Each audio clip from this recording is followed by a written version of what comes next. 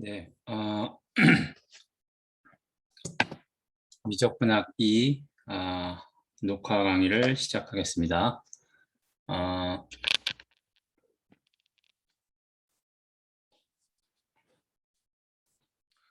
지난 시간에는 벡터 펑션을 소개를 했고요. 또 벡터 펑션, 연속인 벡터 펑션에 의해서 공간 곡선을 나타낼 수 있다라고도 했어요. 그리고 벡터 펑션의 미분과 적분에 대해서 알아보았죠. 그래서 오늘은 13.3 arc length와 curvature에 대해서 얘기하도록 하겠습니다.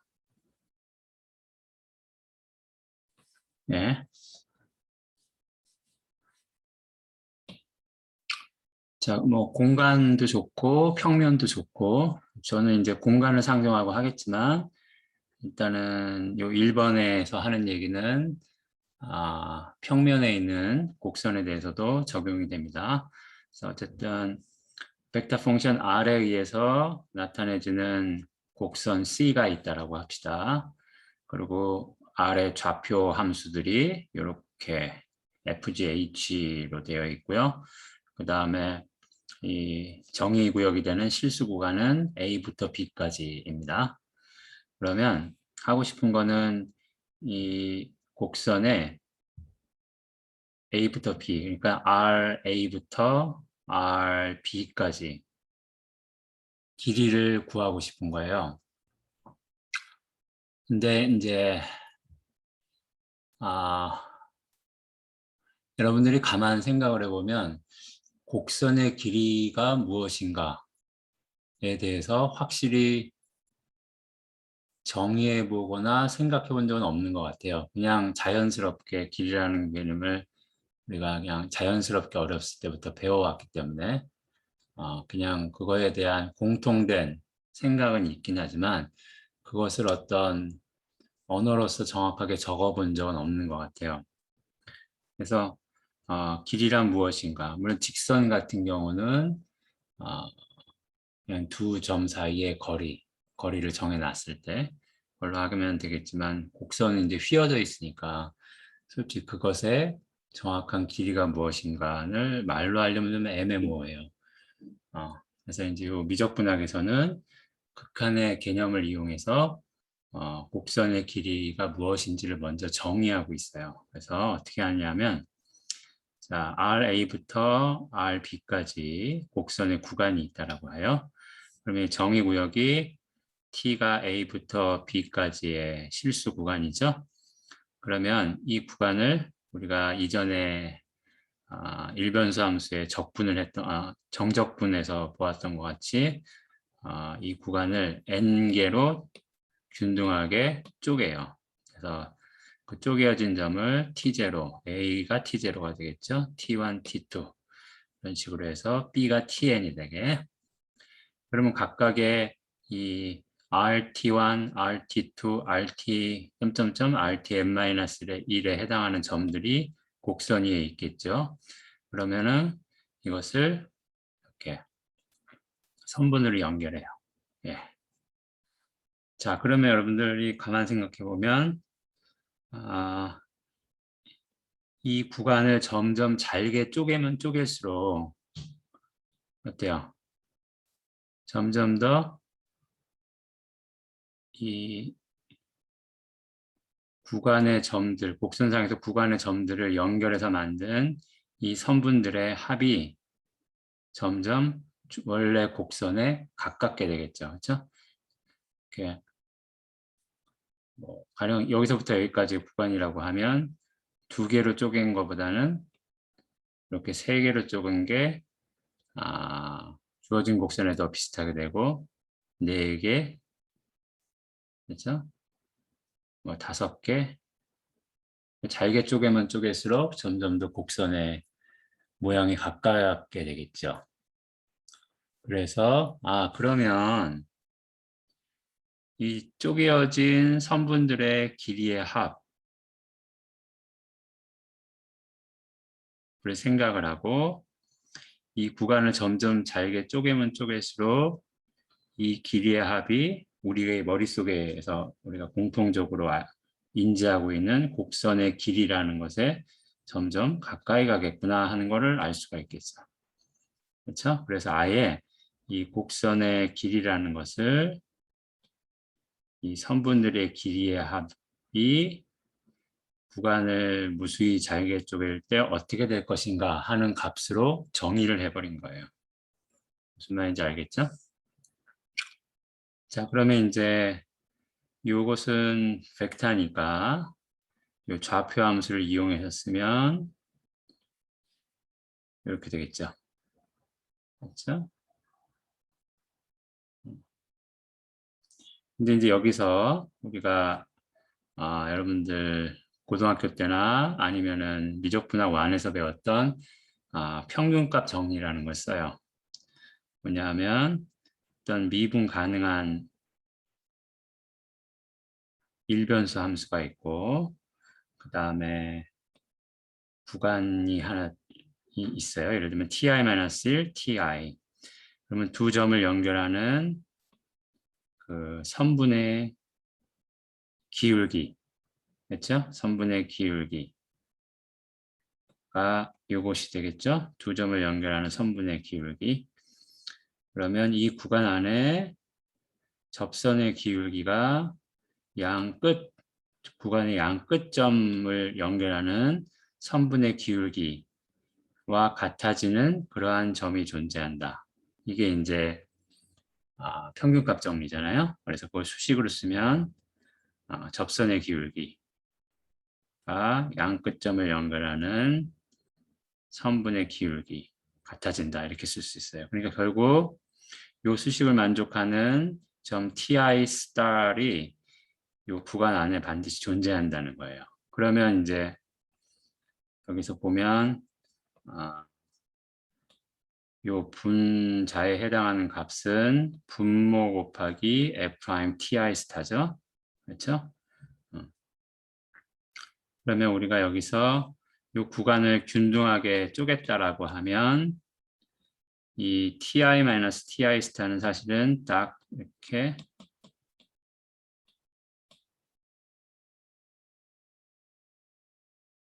정해지는 값이 되겠죠. 또는 이거 자체가 ti-ti-1 이렇게 되겠죠. 그래서 우리가 평균값 정리, 이 부분을 평균값 정리를 이용하면 이렇게 쓸 수가 있어요. 그죠? 여기 제가 ti라고 썼는데 ti star라고 써야지 정확하겠죠?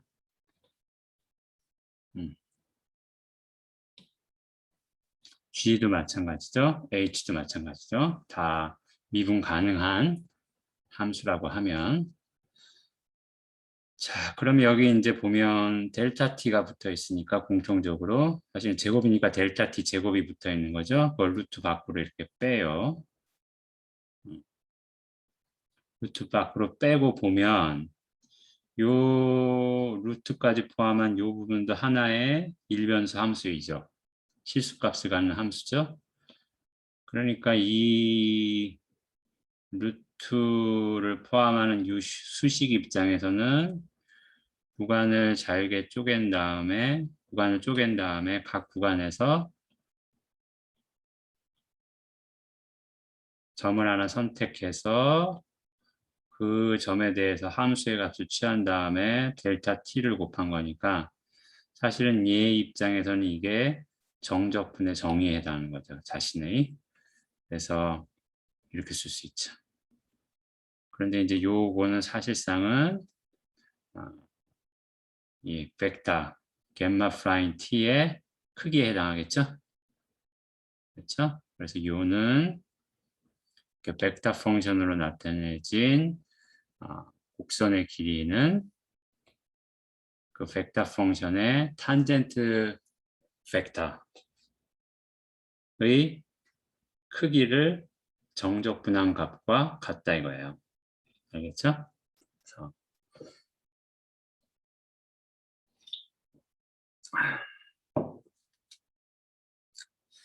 그럼 예를 잠깐 보겠습니다. 자, 헬릭스가 하나 주어졌죠? 헬릭스의 길이를 구하는 거예요. 구간은 100부터 102파이까지. 그렇죠? 그러니까 헬릭스 위에서 100이면은 이 파라미터 값으로는 0이 되겠죠? 그렇죠? 그 다음에 102파이 되려면은 t 값이 2파이가 돼야 되겠어요.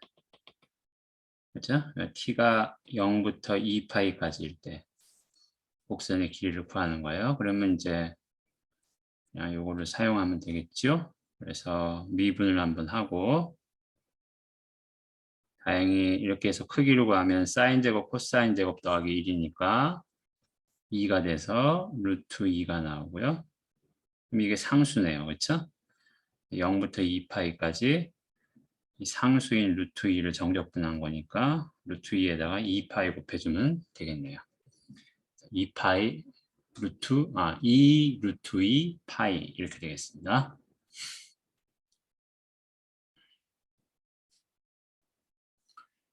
자, 곡선의 길이에 대해서는 얘기를 했고요.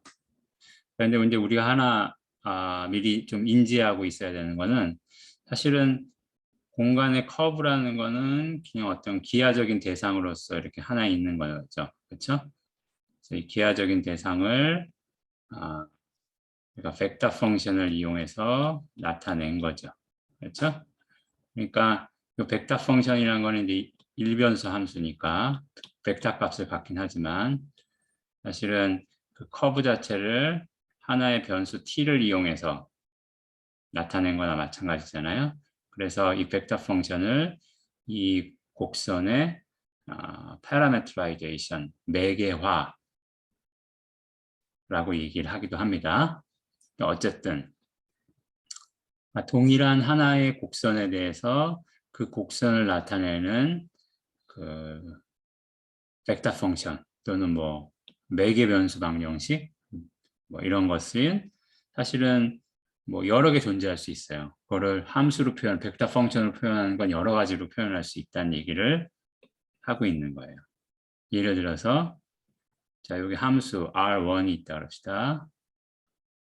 여기 R2가 있어요. 근데 이제 실제로 이 두 함수가 나타내는 공간 곡선은 같은 거예요. 왜냐하면 지금 보면 이 공간 곡선의 XYZ 좌표의 관계는 X좌표를 제곱하면 Y좌표가 되고 Y좌표를 제곱하면 X좌표를 세제곱하면 Z좌표가 돼요. 그리고 그 X좌표의 값이 1부터 2까지예요. 근데 사실은 이게 R2는 익스포넨셜로 써지긴 했지만 XYZ 관계는 똑같죠. 게다가 실제 이 좌표, X좌표의 값은 U가 0부터니까 0이면 1이죠.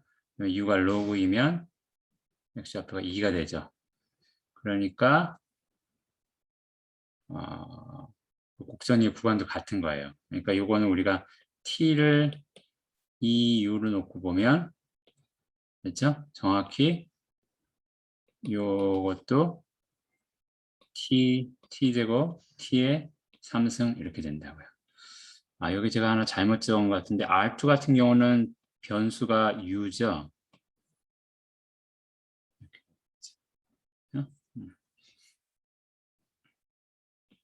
둘은 T가 2의 U니까 U 입장에서는 U는 로그 T. 자, 이렇게 해가지고 대입을 해보면 U가 정확히 이제 이 식이 어떻게 돼요? T의 제곱, T의 3승 이렇게 되겠죠? 그리고 그 T의 값은 U가 0부터 로그 2까지니까 T의 값은 0부터 2, 1부터 2가 되겠죠.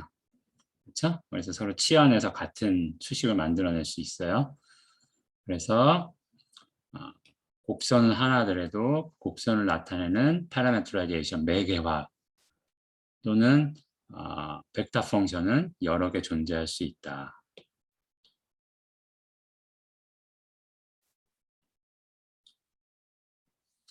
자, 그걸 일단 인지를 하고요. 그 다음에 또 그 다음 내용을 봅시다. 자, 여기 벡터 펑션에 의해서 나타내어지는 커브 C가 있다 봅시다. 그러면 여기 arc length function이라는 게 있는데 정의는 어떻게 되냐면 t에 대한 함수예요. 그래서 t 값을 주면 a부터 t까지 이것을 정의하는 거예요. 저기 정적분하는 거예요. 그럼 이거는 사실은 어떤 거예요? 곡선상에서 t가 a일 때의 전부터 그렇죠? 그러니까 곡선이 있는데 만약에 t 값을 주면 어떤 t 값을 특정한 값을 주면 그러면 a부터 t까지 이것을 정적분하는 거니까 t 값을 두면 실제로 st의 값은 ra부터 rt까지의 곡선의 길이가 되는 거죠. 그렇죠? 그러니까 t 값을 주면 그 rt를 끝점으로 하는 곡선의 길이 값을 주는 게 st예요. 그러니까 st는 t에 대한 함수인 거죠. 그렇죠? 근데 이제 함수를 이렇게 정적분을 이용해서 정의를 하면 여러분들이 뭐 1학기 때 봤지만 그 s를 다시 t로 미분하는 경우에 이 정적분 당하는 함수가 다시 튀어나오죠. 그렇죠? 그래서 dt의 ds는 r't의 크기 이런 관계를 만족을 하게 됩니다.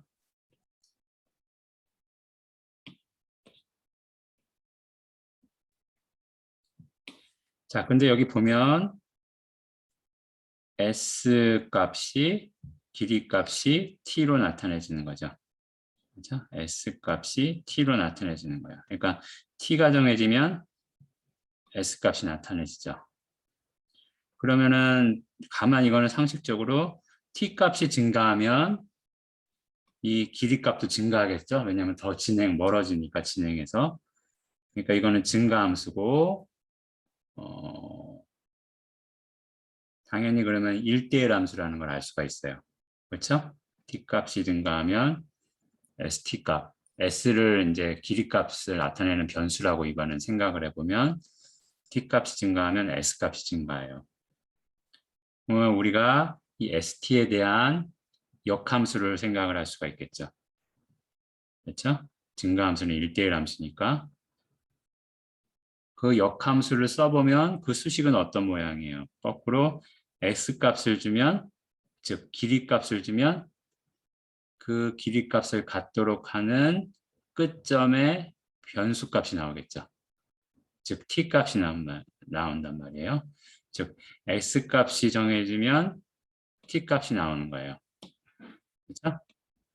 그런 관계가 있지요.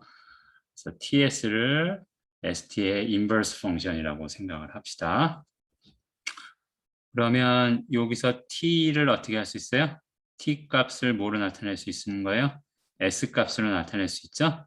그래서 그 수식을 ts라고 하는 거죠. 그리고 그것이 실제 st의 인버스 펑션인 거죠. 자, 그러면 여기서 rt에서 t 대신에 이 t를 서술하는 s로 되어 있는 식을 여기다 대입을 하는 거예요. 그렇죠? 그럼 이것도 이번에는 변수가 s이기는 하지만 변수가 s로 바뀌긴 했지만 이 함수는 여전히 저 곡선 C를 나타내는 벡터 펑션이 되는 거죠. 그렇죠?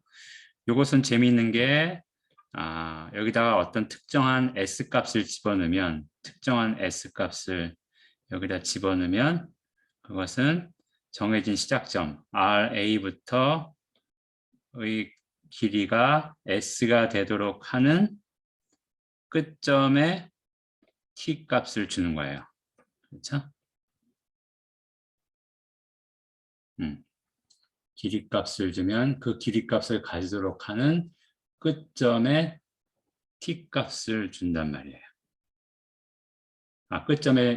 끝점에 좌표를 주는 거죠. 이게 결과가 r이니까 그렇죠? 좀 재밌죠? 음.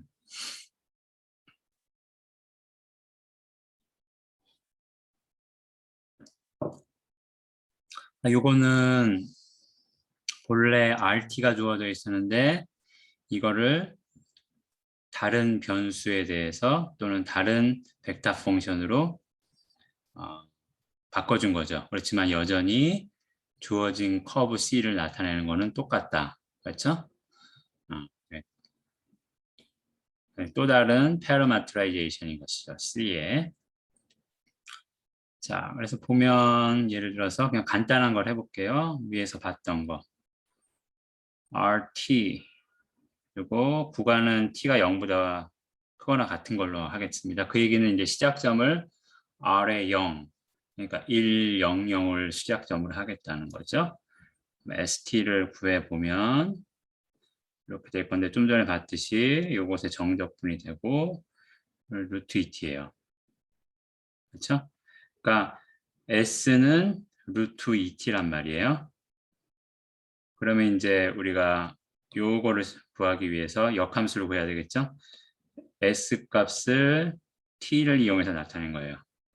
그러면 t 값을 s를 이용해서 나타내면 그냥 s분의 루트 2t죠. 루트 2분의 s가 되는 거죠. 그렇죠? 그 상태는 s 값을 t로 나타낸 거고 이 상태는 t 값을 s로 나타낸 거죠. 맞죠? 그러니까 이게 이제 ts에 해당하는 거예요. 그래서 여기 이제 위에 준 대로 이제 다시 parameterization 하면 s에 대해서 길이값에 대한 변수를 매개 변수로 해서 저 커브 C를 써보면 이렇게 RT에다가 이 T 자리에다 이걸 집어넣으면 되는 거죠. 그래서 이렇게 돼. 그럼 일례로 예를 들어서 이 S에다가 2를 집어넣으면 코사인 루트 2분의 1, 사인 루트 2분의 1, 그다음에 루트 2분의 1인 점이 나오죠. 그 점이 어떤 점이에요? 100으로부터 곡선의 길이값이 1이 되는 끝점인 거죠. 알겠죠? 그래서 곡선의 길이 값을 나타내는 매개 변수를 이용해서 주어진 곡선을 나타낸 것을 뭐라 그러냐면 arc length parameterization이라고 불러요. 이름이 이렇게 붙은 거가 이제 이해가 가죠? 왜 이름을 이렇게 붙였는지.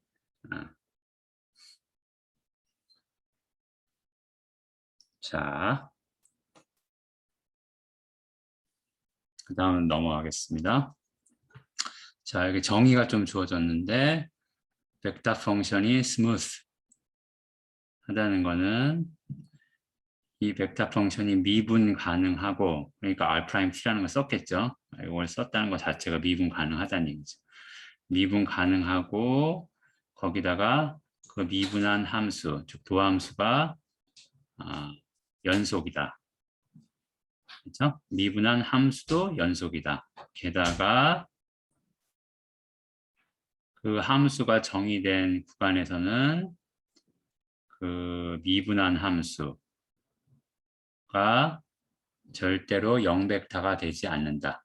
그러니까 이거 곡선으로 생각하면 이 중에 어떤 접선도 0벡터가 어떤 방향 벡터도 탄젠트 벡터도 0벡터가 되지 않는다는 얘기예요. 멈추지 않고 계속 진행한다는 거죠. 물리적으로 생각하면. 그 다음에 그 커브가 스무스하다는 거는 이러한 스무스 벡터 펑션을 매개화, 패러메트라이제이션으로 가지면 여기에서 스무스한 벡터 펑션에 의해서 나타내어지면 그러면은 그 곡선을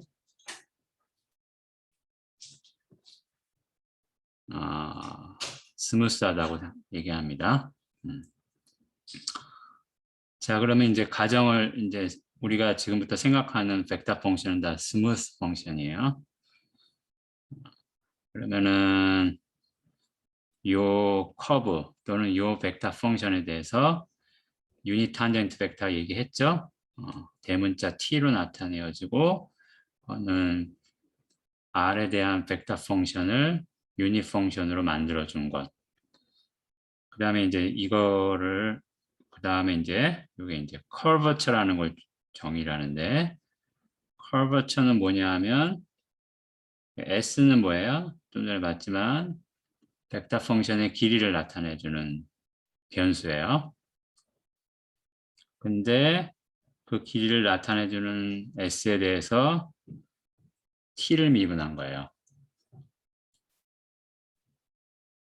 그렇죠? 그러니까 그렇게 하려면은 여기 요 처음에는 요런 뭐 임의의 벡터 펑션이 주어졌더라도 그거를 arc length parameterization 해서 S를 변수로 가지는 길이를 변수로 가지는 벡터 펑션을 나타내 줘야 되겠죠? 어쨌든 근데 이게 뭐예요? 탄젠트 벡터를 S로 미분했다. 그리고 그것의 크기를 따진다. 그러니까 지금 곡선이 있으면 곡선이 진행하면서 탄젠트 벡터가 이렇게 탄젠트 벡터, 접선 벡터도 변하겠죠. 그렇죠? 근데 길이에 대해서 접선 벡터가 얼마나 변했냐. 이제 접선 벡터라는 건 사실은 그 곡선이 진행하는 순간적인 방향일 거예요. 근데 길이에 비해서 진행하는 방향이 얼마나 변했는가. 그렇죠? 그거를 나타내 주는 게 이 커버처가 되겠죠. 그럼 이제 우리가 직관적으로 생각해서 원을 한번 이번에는 두 개를 생각을 해봅시다. 예를 들면 원이 이제 반듯하게 생겨서 생각하기 좋잖아요. 원은요, 어차피 한 바퀴 돌면은 360도 도는 거예요. 그러니까 탄젠트 벡터도 보면 한 바퀴를 돌면 그렇죠? 탄젠트 벡터의 진행 방향이 360도만큼 변하는 거죠. 근데 큰 원하고 작은 원하고 생각하면 똑같이 진행 방향이 한 바퀴 동안 360도 바뀌는 건데 곡선의 길이는 달라요. 그렇죠? 작은 곡선이 큰 곡선보다 길이가 더 짧아요. 그 얘기는 요거를 생각을 한다 그러면 뭐예요? 똑같이 360도만큼 바뀌는데 곡선의 길이는 더 짧은 거죠. 그 얘기는 곡선에 대한 탄젠트 벡터의 변화하는 정도가 작은 원이 더 크다는 얘기죠. 그렇죠? 실제로 그래서 우리가 지구 위에 서 있으면 이렇게 지구가 휘었다는 생각이 별로 안 들죠? 근데 우리가 이제 조그만 어떤 뭐 저기 운동할 때도 이렇게 큰 볼 같은 거 많이 쓰죠? 어떤 공이나 뭐 아니면 우리 체력 단련할 때 쓰는 그런 공 같은 거, 몸을 한 얹을 수 있는 그런 공 위에 올라가 있으면 어때요? 어, 휘었다는 걸 확 느끼죠? 또 조금만 잘못하면 떨어지죠. 그 얘기는 작은 원이 또는 작은 구가 큰 원 또는 큰 구보다 더 많이 휘었다는 얘기죠. 그렇죠? 그러니까 결국 이 커버처라는 거는 뭐를 나타내냐면 곡선이 얼마만큼 많이 휘었는가 하는 정도를 나타내는 값이라고 할 수 있어요. 그래서 실제로 이 커버처를 우리말로는 공률이라고 합니다. 공률은 비율이죠. 휘어짐의 비율. 뭐에 대한 비율이에요? 단위 길이에 대해서. 그렇죠? 그래서 우리가 벡터 펑션을 가지고 주어지면 미분을 이용해서 그 곡선이 얼마나 휘었는가 하는 정도를 우리가 수치로 나타낼 수 있다. 그래서 그거를 커버처라고 합니다. 근데 이제 여기 내가 K 같이 썼는데 여러분들 책에 보면 이제 조금 K 아니게 생겼죠. 이거는 그리스 문자로 카파라고 불러요. 카파. 그래서 카파 T라는 거는 곡선 위에 점 RT 상에서 그 곡선이 순간적으로 얼마나 많이 휘었는가 하는 정도를 나타내는 값이라는 거예요. 자, 그럼 이제 우리가 공유를 계산하는 거를 이제 생각을 해볼 건데, 지금 앞에서도 봤지만, 지금 DSDT, 이제 요거를 해야 되는데, 이제 원래는 R이 T에 대해서 주어졌고, 이 유닛 탄젠트 벡터도 그 T에 대해서 미분한 거죠. 그래서 일단은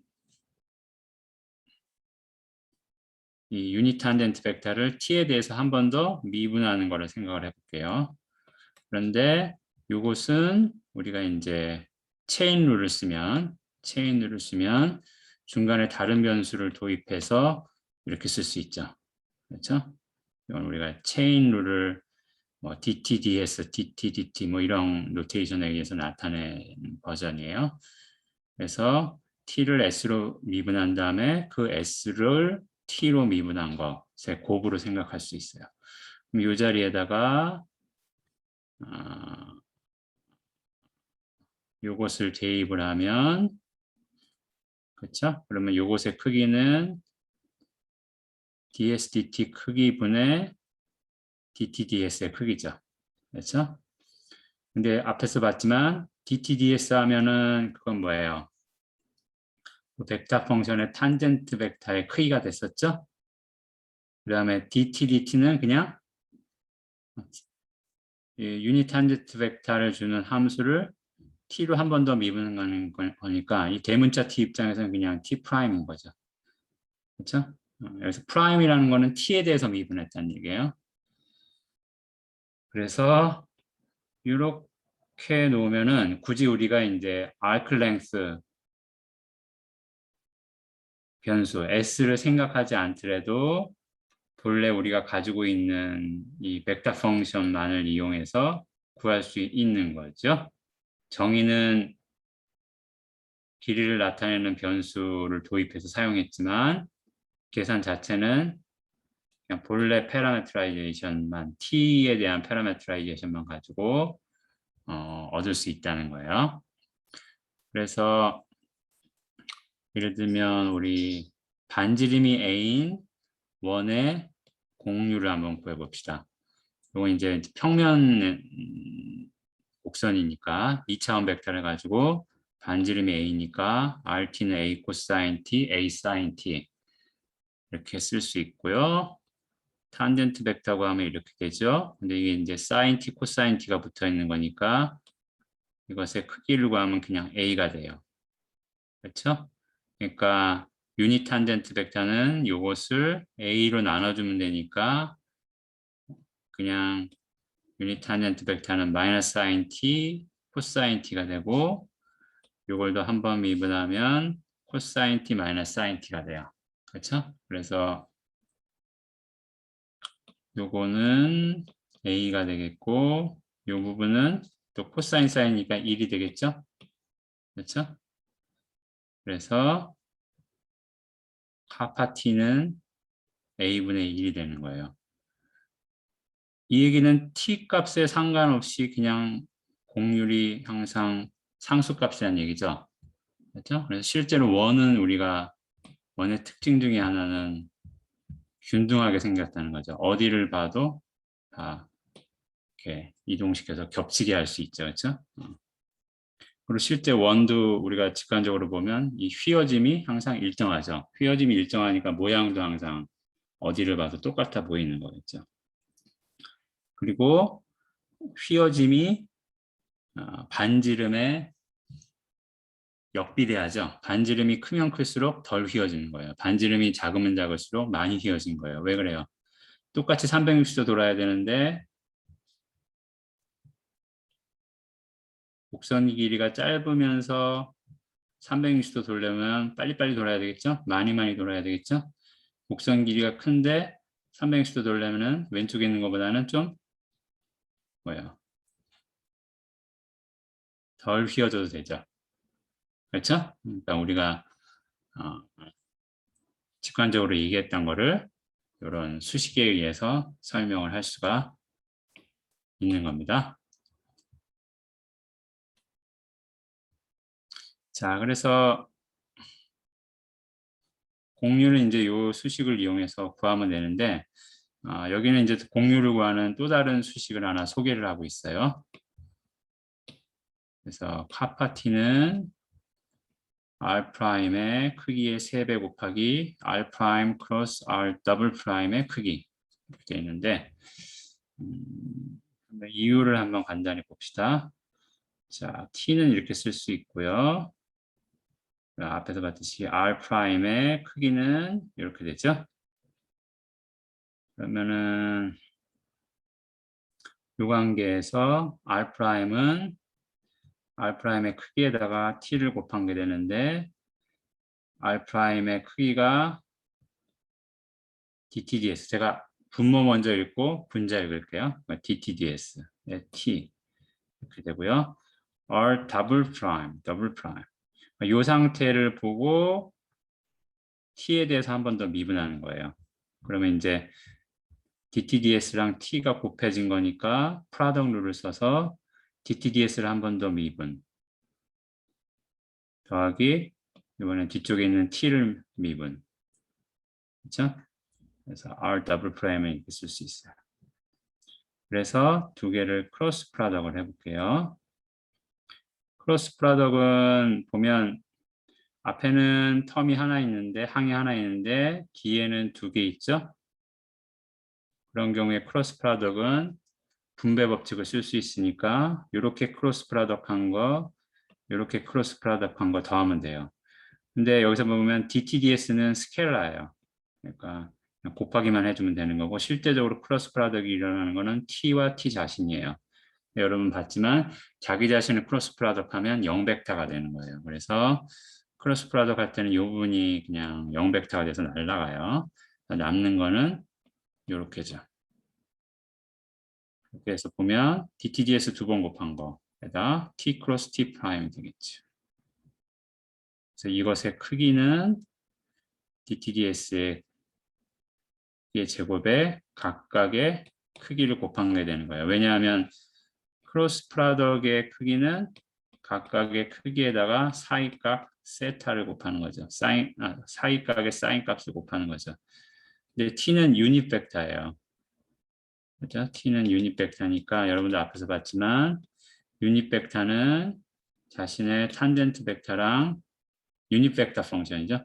유닛 벡터 펑션은 자신의 탄젠트 벡터랑 항상 수직이에요. 그러니까 사이각이 90도가 되고 그래서 사인 세타가 1이 되니까 그냥 단지 각각의 절대값을 크기를 곱한 거랑 같아요. 다시 근데 여기서 또 보면 t는 유닛 벡터니까 여기는 1이 돼요. 그러니까 남는 게 요거밖에 없다고요. 그렇죠? 그럼 이제 우리가 요 식에다가 대입을 해보는 거예요. 그래서 사실은 지금 구한 게 요거인 거지. 그렇죠? 뭐지? T 프라임의 크기. 그리고 T 프라임의 크기는 어떻게 돼요? T 프라임의 크기는 요 크로스 프로덕트 한 것의 크기를 이걸로 나눠준 거죠. DTDS 제곱으로. 그렇죠? 그러니까 이렇게 T 프라임의 크기가 이렇게 들어오는 거예요. R 프라임은 그대로 있고. 근데 이제 좀 전에 또 얘기했듯이 DTDS는 R 프라임의 크기니까 결국 분모 부분의 DTDS 또는 R 프라임의 크기에 세제곱이 들어오는 거고, 그렇죠? 분자 부분은 R 프라임 크로스 R 더블 프라임의 크기가 되는 것입니다. 그래서 이런 수식이 얻어집니다. 그래서 실제로 뭐 요거를 이용해서 구해도 돼요. 예를 들어서 이런 곡선이 있다. 그 다음에 000, 이 곡선의 점 000, 그러니까 t가 0일 때죠. 그래서 커버처를 구해라.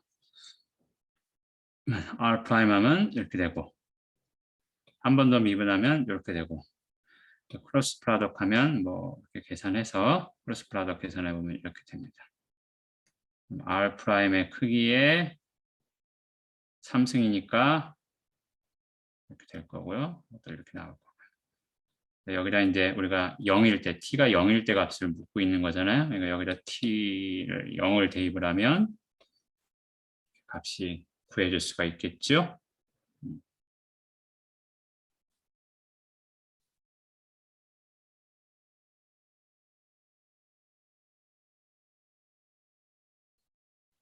근데 이 수식이 있는데 굳이 여기서 이거를 써서 구하는 건 왜 그럴까요? 지금 이게 이런 게 있어요. R 프라임이 있어요. R, T 프라임은 R 프라임의 크기예요. 아, 죄송합니다. T는 근데 이걸 T를 한 번 더 미분해야 된단 말이에요. 그런데 사실은 이것도 T에 대한 함수예요. 그러면 이거는 T를 미분하면 이것도 프라로 룰 같이 되겠죠? R 프라임의 요거 미분의 R 프라임 더하기 R 프라임의 더블 이렇게 돼요. 뒤쪽은 문제가 없는데 이 첫 번째 거는 R 프라임 크기라고 그랬으니까 이것도 T로 되어 있는 식이란 말이에요. 근데 이게 분수식이죠. 그걸 한 번 더 미분한다. 그걸 미분한다. 근데 분수식 T가 T로 되어 있는 분수식인데 그걸 미분한다. 그러면 이제 이게 식이 복잡해지겠죠. 그렇죠? 그러니까 좀 때에 따라서는 이게 안 좋을 수도 있어요. 이게 복잡하게 나올 수 있으니까. 그런 경우는 이제 요거를 이용해도 되겠죠. 굳이 분수로 되어 있는 것에 미분을 안 해도 되는 거니까. 그렇죠? 그래서 그거는 뭐 상황을 봐서 여러분들이 판단을 해서 위에 걸 쓸 수도 있고 밑에 거를 쓸 수도 있습니다. 알겠죠?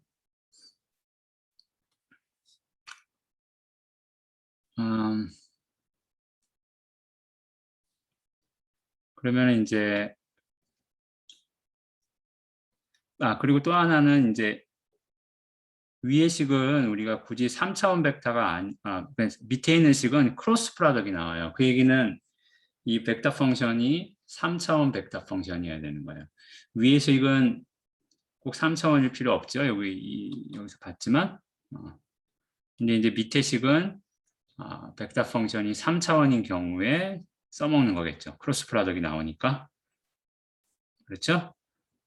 그러면은 평면 곡선인 경우에는 이 4번의 공식을 쓸 수 없느냐. 이제 거기에 대한 게 여기 있는 내용이에요. 자, 예를 들면 y fx라는 함수에 의해서 나타내지는 플레인 커브, 평면 곡선이 있다. 여기에다가 4번 공식을 써보자 이거예요. 그러면 이렇게 생각하면 되죠. 평면 안에 곡선이 있는데 이 평면이 3차원 안에 있는 평면이라고 생각해도 되겠죠. 예를 들면 z = 0, 즉 xy 평면 위에 있는 곡선이 이거라고 생각하면 되겠죠.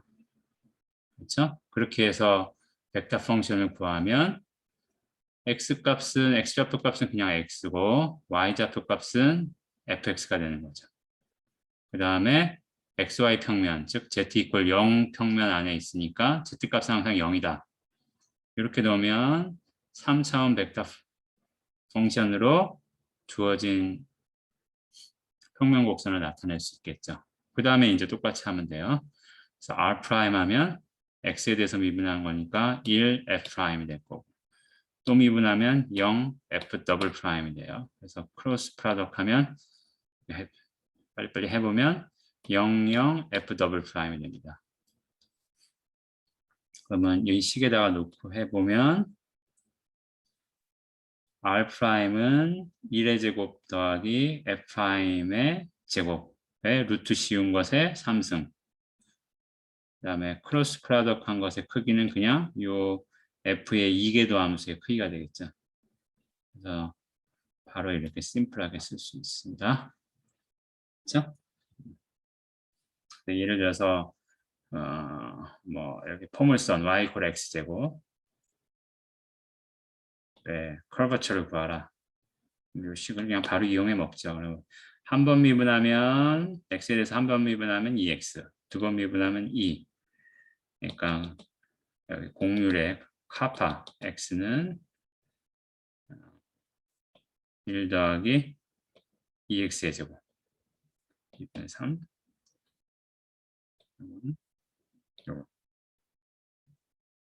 0,0일 때는 t가 0일 때니까 2가 될 거고요.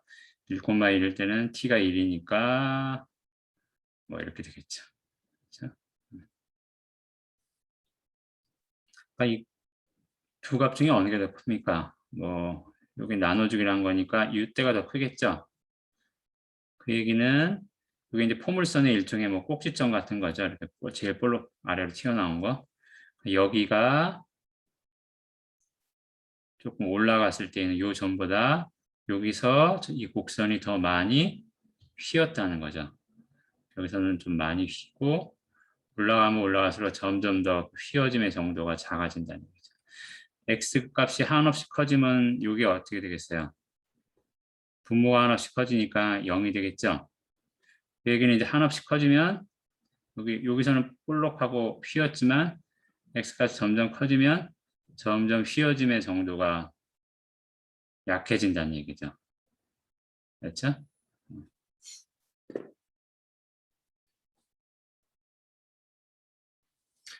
자, 그 다음에는 이제 곡선이 주어졌을 때 그 곡선에 대한 특별한 세 가지 유닛 벡터 펑션, 유닛 벡터를 주는 펑션을 생각을 할 거예요. 첫 번째는 유닛 탄젠트 벡터. t 값을 주면 그 t에 해당하는 점 위에서의 그렇죠? 유닛 탄젠트 벡터를 주는 함수인 거죠. 대문자 t는. 그 다음에 이제 프린시플 유닛 노멀 벡터라는 걸 생각할 건데 이건 뭐냐면 t를 한 번 더 미분하는 거예요. 그 다음에 그거를 유닛 벡터로 만들어 버린 거죠. 알겠죠? 그래서 여기 n이라는 거는 이 normal이라는 뜻, normal의 n을 갖고 하는데 normal 하면 뭐의 이제 수직이라는 얘기죠. 뭐의 수직이에요? t 자체가 항상 이렇게 대문자 이 함수 자체가 유닛 벡터를 주잖아요. 그럼 어때요? 유닛 벡터를 주는 함수니까 자신을 미분한 거랑 자기 자신이랑 항상 수직이죠. 그러면 이 NT는 그냥 T'에서 크기만 유닛 벡터로 만든 거니까 방향이 T'하고 N하고 같아요. 그 얘기는 T하고 N하고 수직이라는 얘기죠. 그렇죠? 그래서 방향 벡터의 항상 수직이다. 그래서 normal 벡터라고 쓰는 거예요. 근데 얘의 의미는 가만 보면 얘는 진행하는 방향, T'은 T 값이 커질 때 진행하는 방향이 어떻게 변하는가를 나타내 주는 거죠. 그렇죠? 그러니까 이거는 곡선이 어떻게 변하는가를 나타내 주는 거예요. 이제 어느 방향으로 곡선이 변해가는가. 그렇죠? 그러니까 예를 들어서 그냥 쉬운 게 만만한 게 원이니까 원을 보면 탄젠트 벡터가 이렇게 되죠. 탄젠트 벡터가 변하는 거 보면 항상 자신의 진행 방향의 뭐 평면이라고 생각하면 오른쪽으로 변하죠. 그렇죠? 오른쪽으로 변해요. 그러니까 변함이라는 게 항상 어떻게 돼요? 변하는 게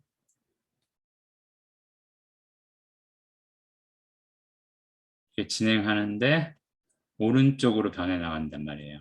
그러니까 변함의 방향은 오른쪽. 이 탄젠트 벡터의 오른쪽. 그다음에 이제 그것이 수직이에요. 그 얘기는 노멀 벡터는 어떻다는 얘기야? 항상 이 원의 중심을 향한다는 거죠. 그러니까 물리적으로는 원 운동할 때 보면 이렇게 가운데서 누가 줄을 딱 잡고 있고 그 줄의 끝에 다른 사람이 막 달려가면 가운데 있는 사람이 잡아당기고 있는 거죠. 잡아당겨 주니까 다른 사람은 직선 방향으로 움직이지 못하고 원으로 뱅글뱅글 돌게 되잖아요. 그렇죠? 그런 거는 이제 잡아주는 힘을 원심력이라고 하는데 흡사 그런 모델에서 생각을 해보면 이 n이라는 게 이제 원심력의 방향이 되는 거죠. 원심력의 방향은 항상 중심을 향하죠. 그렇죠? 그런 물리적인 상황을 이렇게 우리가 수식으로 표현을 할 수가 있는 겁니다.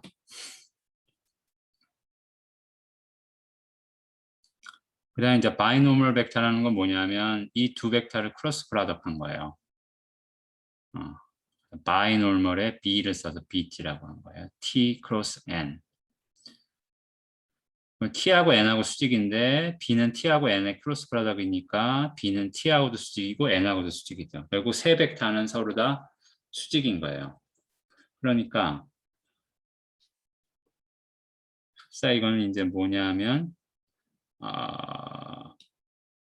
곡선이 이렇게 진행하는데 곡선의 각 점마다 유닛 탄젠트 벡터 진행하는 방향, 그다음에 그 곡선이 진행 방향이 바뀌는 방향, 휘어지는 방향이죠. 어떻게 보면 바뀌는 방향을 나타내는 principal unit normal vector n, 그다음에 그 둘의 크로스 프로덕트, 그 둘의 수직인 binormal vector. 그렇죠? 요 세 벡터가 곡선을 따라가면서 항상 존재하는 거예요. 그래서 요 세 벡터가 막 또 막 이렇게 변하겠죠. 곡선의 위치에 따라서 방향이. 그렇지만 세가는 항상 세 벡터가 항상 수직인 거예요. 그러니까 수직인 세 벡터가 항상 이 곡선을 따라가면서 붙어 있는 거죠. 됐죠?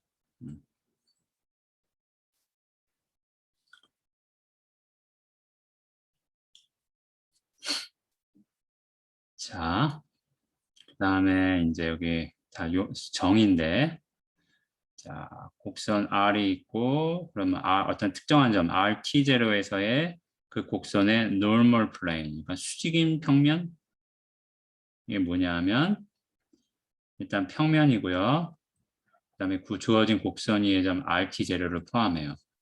그리고 그 탄젠트 벡터가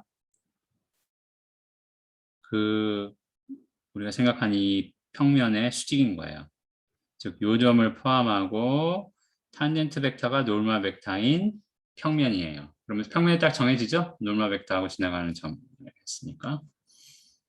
그러니까 곡선이 이렇게 있으면 RT0가 있고 탄젠트 벡터의 수직인 벡터인 거죠. 그러니까 어떻게 보면 직관적으로 얘기하면 이 곡선이 요 점에서 순간적으로 수직으로 뚫고 지나가는 평면인 거죠.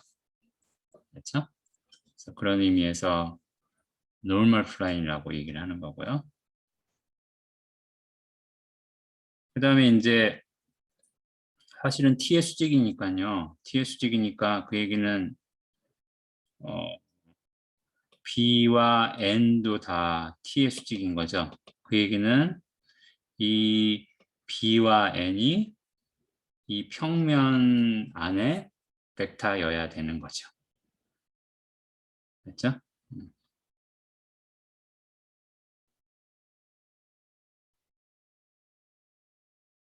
n, b, b가 이 벡터, 이 평면 안에 벡터여야 되는 거죠. 자, 이런 게 있고요. 그 다음에 이제 osculating plane이라는 것이 있어요. 그러니까 곡선이 있고 그 곡선의 한 점에서의 osculating plane이라는 것이 있는데 이것은 역시 주어진 점을 포함해요. 근데 이번에는 binormal vector b가 이 평면의 normal 벡터가 되는 거예요. 이번에는 b가 수직으로 뚫고 지나가는 벡터인 거죠. 그러니까 다시 얘기하면 BTN은 서로 수직이니까 그 얘기는 이 평면은 벡터 T와 벡터 N을 벡터 T와 벡터 N이 이 평면 안에 벡터인 거죠. 그렇죠? 그래서 곡선이 있고 곡선 위에 점 RT0가 있으면 T가 있을 거고 그 다음에 그 벡터 N이 벡터 T가 휘어지는 방향 N이 있겠죠.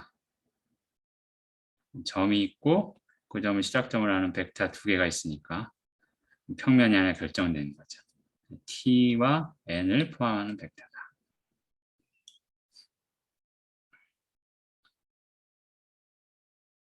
그러면 여기 이제 osculating plane이 있으면 osculating circle이라는 것도 있는데 circle이니까 원이겠죠. osculating circle이라는 거는 이 osculating plane 안에 있는 원이에요. 원인데 RT0를 지나가요. 그리고 중심점은 어디 있냐면 이 RT0에서 N방향으로 진행하는 직선 위에 존재해요. 중심점이. 그렇죠? 그러면 이제 마지막으로 결정돼야 되는 요소는 반지름인데 이 서클의 반지름은 이 점에서의 곡선의 커버처의 절반이에요. 반지름이 이 곡선의 커버처의 절반이라는 거는 결국 이 원의 커버처가 뭐예요? 이 점에서의 주어진 곡선의 커버처하고 똑같은 거죠. 그렇죠? 다시 정리해보면 osculating circle이라는 거는 osculating plane 위에 있으면서 주어진 점을 포함하고 그것의 중심점은 이 주어진 점으로부터 normal 벡터 방향으로 진행하는 직선 위에 존재하고 반지름은 그 곡선의 커버처의 역수이다. 다시 얘기해서 이 원의 커버처도 이 곡선의 이 점에서의 커버처하고 똑같다 이거죠. 이런 것을 osculating plane이라고 합니다. 이렇게 되면 이 n이 사실은 이 원의 중심을 향하고 있으니까 이 탄젠트 벡터 t도 이 원의 수직이겠죠. 탄젠트 벡터 t도 이 원의 탄젠트 벡터인 거예요. 그렇죠? 그래서 요거는 뭐 여러분들이 좀 공간을 생각하는 거는 낯설 수도 있지만 정의만 정확히 알아두면 나중에 활용할 수 있을 거예요. 그럼 이그젠플 한번 봅시다. 자, 여기 헬릭스가 주어져 있고요. 이거의 TMB를 구하라. R' 이렇게 나오고 R'의 크기가 이거니까 R'을 루트 2로 나눠주면 유닛 탄젠트 벡터 펑션이 나오겠죠. 그렇죠? 그 다음에 이제 n이라는 거는 t를 미분해서 유닛 벡터를 만들어주는 거예요. 그럼 t를 미분하면 이렇게 되죠. 그러면 유닛 벡터의 크기는 루트 2분의 1이니까 T'을 루트 2분의 1로 나누면 분모에 있는 게 다 사라지겠죠? n은 이렇게 되죠. 그 다음에 두 개를 크로스 프로덕트 하면 이제 요게 나온다는 거예요. 그래서 계산 자체는 그냥 단순합니다. 미분하고 크기 구하고 미분하고 크기 구하고 크로스 프로덕트 하고 그런 거죠.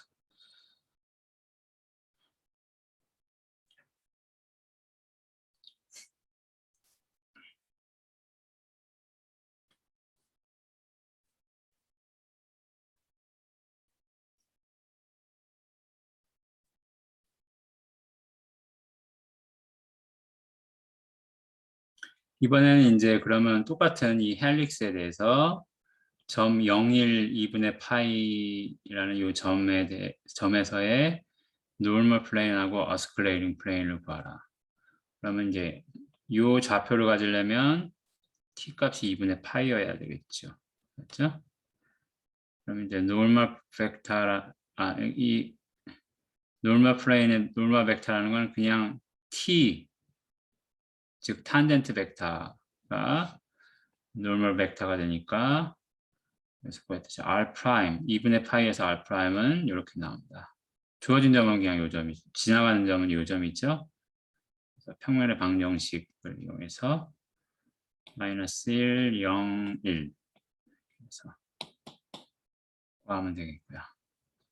그 다음에 이제 normal 그 다음에 osculating plane을 쓰라고 그랬죠. 그러면 binormal 벡터를 쓰면 되겠죠.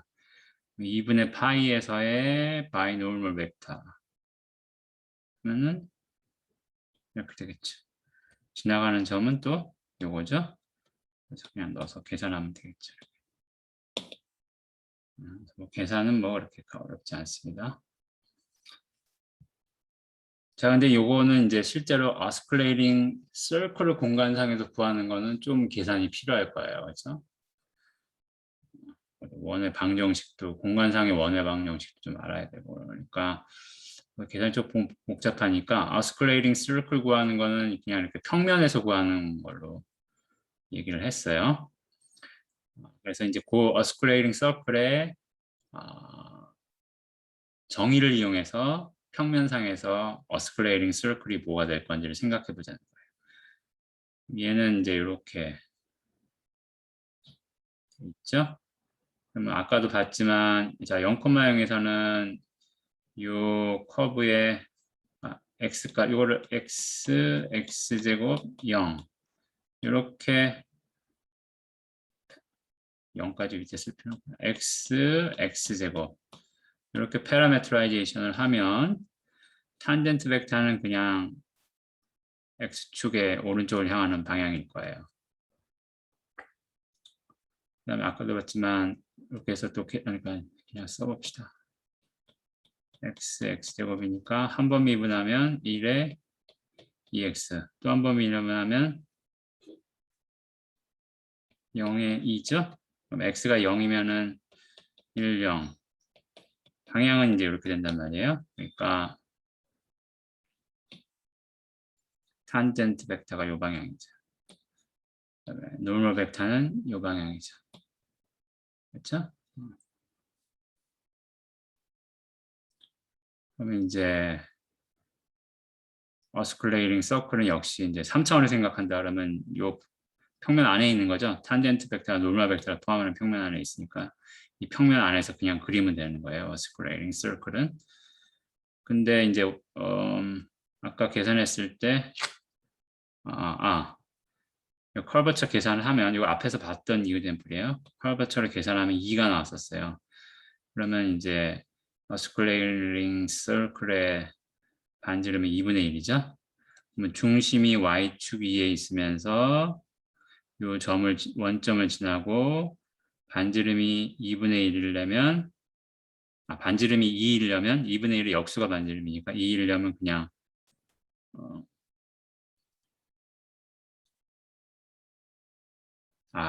잠시만요. 커버처가 2니까 반지름이 2분의 1이어야 되죠. 그러니까 반지름이 2분의 1이려면 y좌표도 2분의 1이어야 되겠네요. 그렇죠? 그래서 이 서클이 osculating plane이 circle이 되겠죠? 그래서 뭐 방정식 쓰면 이렇게 되고 그렇습니까? 그러니까 일단 항상할 때 그 정의를 정확히 알아두면 된다. 뭐만 정확히 알아두면 크게 어려움은 없습니다. 여기서는.